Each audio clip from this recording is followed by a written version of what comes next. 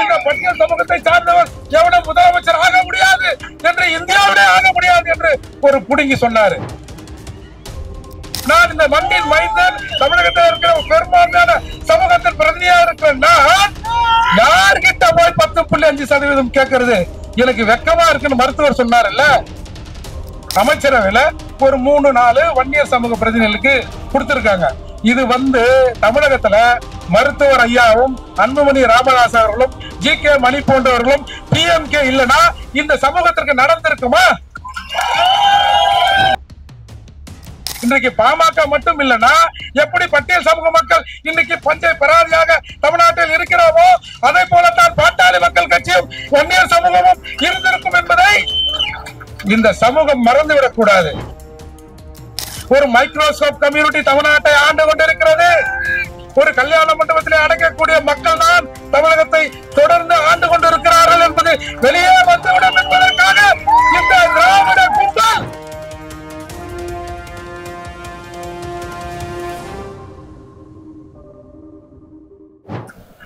சாதிவாரி கணக்கெடுப்பு நடத்த தமிழக அரசை வலியுறுத்தி இங்கு நடந்து கொண்டிருக்கிற போராட்டத்தில்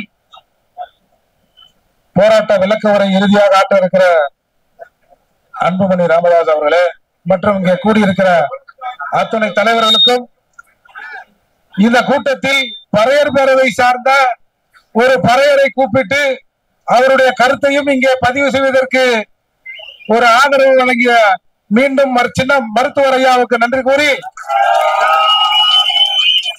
பொதுவா இன்றைக்கு தமிழகத்துல இந்த சாதிவாரி கணக்கெடுப்பு அப்படின்னா என்னன்னு பலர் தெரியாம ஏதோ சாதிவாரி கணக்கெடுப்பு என்று சொன்னால் ஏதோ தமிழகத்துல இருக்கிற சாதி தலைகளை எண்ணுவது என்று நினைக்கிறாங்க. பொதுவா மக்கள் தொகை கணக்கெடுப்பு, சாதிவாரி கணக்கெடுப்பு, அதாவது மக்கள் தொகை கணக்கெடுப்பு, ஒட்டுமொத்த மக்கள் தொகை கணக்கெடுப்புன்னு 2 இருக்கு.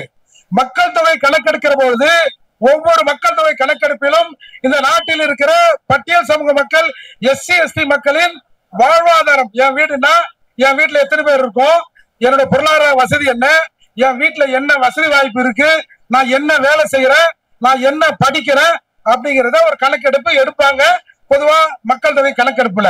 சாதிவாரி கணக்கெடுப்பு என்கிறது எங்களை எப்படி இந்த சமூகத்துல என்னென்ன வசதி வாய்ப்பு, சோசியல் எக்கனாமிக்கலி நாங்க எப்படி இருக்கிறோமோ அதை போல எல்லா சமூக மக்களுக்குமான அந்த சமூக நிலையை ஆய்வதுதான் சாதிவாரி கணக்கெடுப்பு.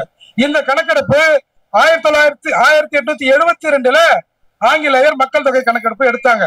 அதுக்கப்புறம் 1931 இந்த சாதி குறித்தான விவரங்கள் அடங்கிய கணக்கெடுப்பு இந்தியாவில் எடுக்கப்பட்டது, குறிப்பா தமிழகத்திலும் சேர்த்து எடுக்கப்பட்டது. அதற்கு பிறகு எந்த தரவுகளும் எந்த சாதியில் எந்த மக்கள் எந்த நிலையில் இருக்கிறார்கள் என்ற ஒரு புள்ளி விவரம் கூட இந்த அரசு கிட்ட இல்ல. 1951, 61, 91, 2001 மக்கள் தொகை கணக்கெடுப்பிலும் இதே நிலைதான். எங்களை பற்றிய டீட்டெயில் இருந்ததே தவிர மற்ற தமிழகத்தில் இருக்க எந்த மக்களை பற்றியுமான டீட்டெயிலும் அரசு எடுக்கல. அதனாலதான் இப்போ 2011 மத்திய அரசு இந்த சாதிவாரியான கணக்கெடுப்பை எடுத்தது. அந்த கணக்கெடுப்பை எடுத்து 2015 அந்த சோசியல் வெல்ஃபேர் டிபார்ட்மெண்ட் கிட்ட கொடுத்து, அமைச்சர்கிட்ட கொடுத்து, அந்த கணக்கெடுப்பு இன்னும் வரல. இப்படி இருக்கிற நிலையில 2022 திரும்பவும் இந்த கணக்கெடுப்பு எடுக்கப்பட்டிருக்கணும். அப்படி எடுக்கப்பட்டனா அந்த கோவிட் காலம்ன்றதால அதை இவங்க எடுக்கல. இப்போ தமிழக அரசை நாம மருத்துவர் ஐயா கூட எல்லாரும் கேட்கிறாங்க சாதிவாரி கணக்கெடுப்பு எடுங்கன்னு. ஜூன் 22 கேரளாவில் 1968 இந்த மாதிரி ஒரு சாதிவாரி கணக்கெடுப்பை எடுத்து அந்த மக்களின், அந்த நாட்டில் கேரளாவில் உள்ள மக்களின் அந்த வாழ்க்கை தரத்தை எப்படி ஒட்டுமொத்தமா உயர்த்துவது என்ற அக்கறையில் அந்த நாட்டின் முதல்வர், அந்த மாநிலத்தின் முதல்வர் அந்த சாதிவாரி கணக்கெடுப்பை எடுத்தாரு. இன்றைக்கு கர்நாடகாவில் 2014, 2015 இதே சாதிவாரி கணக்கெடுப்பு எடுக்கப்பட்டது. ஆனால் அது வெளியில விடல. இப்படி இருக்கிற போது இன்றைக்கு பீகார், கர்நாடகா, ஒரிசா, ஆந்திரா, தெலுங்கானா, ராஜஸ்தான், சத்தீஸ்கர் போன்ற மாநிலங்கள்லாம் முயற்சிகள் இருக்குது. ஏன் தமிழ்நாடு எடுக்க மறுக்குது? அதுதான் இப்போதுக்கு தமிழகத்தின் முன் இருக்கிற மிக பெரிய கேள்வி. நான் போய் 10.5% கேட்பதற்கு எனக்கு வெக்கமா இருக்கு, எனக்கு வெக்கமா இருக்கு. யார்கிட்ட போய் நான் இந்த மண்ணின் மைந்தன், தமிழகத்தில் இருக்கிற பெரும்பான்மையான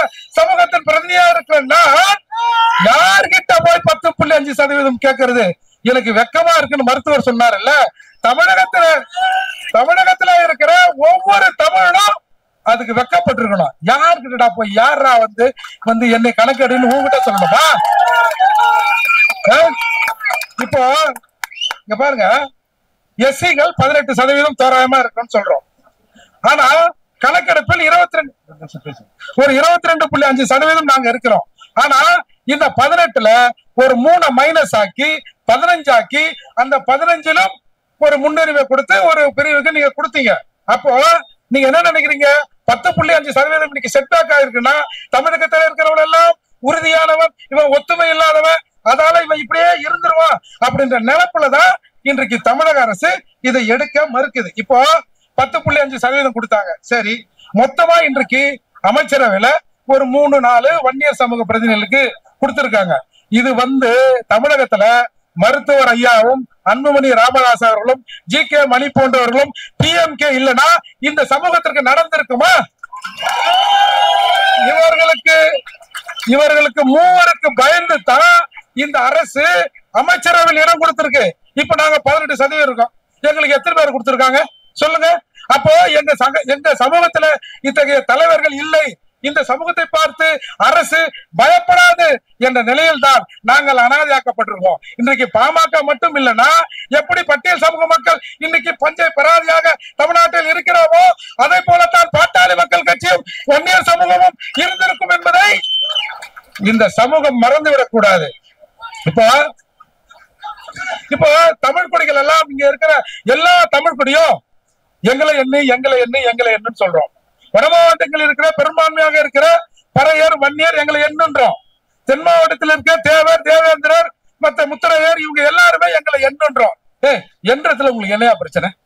அதை வெளிப்படையா முதல்ல சொல்லுங்க. என்னன்னா நான் பெரும்பான்மையாக இருக்கிறேன் என்பது எனக்கு தெரிந்துவிடும். ஒரு மைக்ரோசாப்ட் கம்யூனிட்டி தமிழ்நாட்டை ஆண்டு கொண்டிருக்கிறது.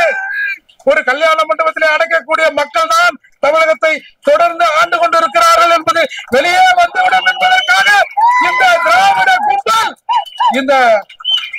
இதை எடுக்க மறுக்கிறாங்க. எனவே இங்க தமிழர்கள் ஏதோ ஒரு கூட்டத்துக்காக வந்தோம், கூடணும் போனோம், கூடி கலைஞ்சிருவாங்க அப்படின்னு இந்த அரசு நினைக்குது இல்ல.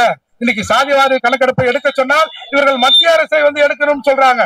நான் ஒண்ணு சொல்றேன், ஜெயங்கொண்ட ஒரு கூட்டத்துல திருமாவளவன் இந்த கொடியை பாமக கொடியை ஏற்றுகிறேன், இந்த தொகுதியில் பாமக வேட்பாளர் நிற்கவில்லை, திருமாவளவன் நிற்கிறேன் என்று உன் அக்காவிடம் சொல், உன் அம்மாவிடம் சொல், திருமாவளவன் ஓட்டு கேட்டு வந்தார் என்று சொல்லுன்னு சொன்னல்ல.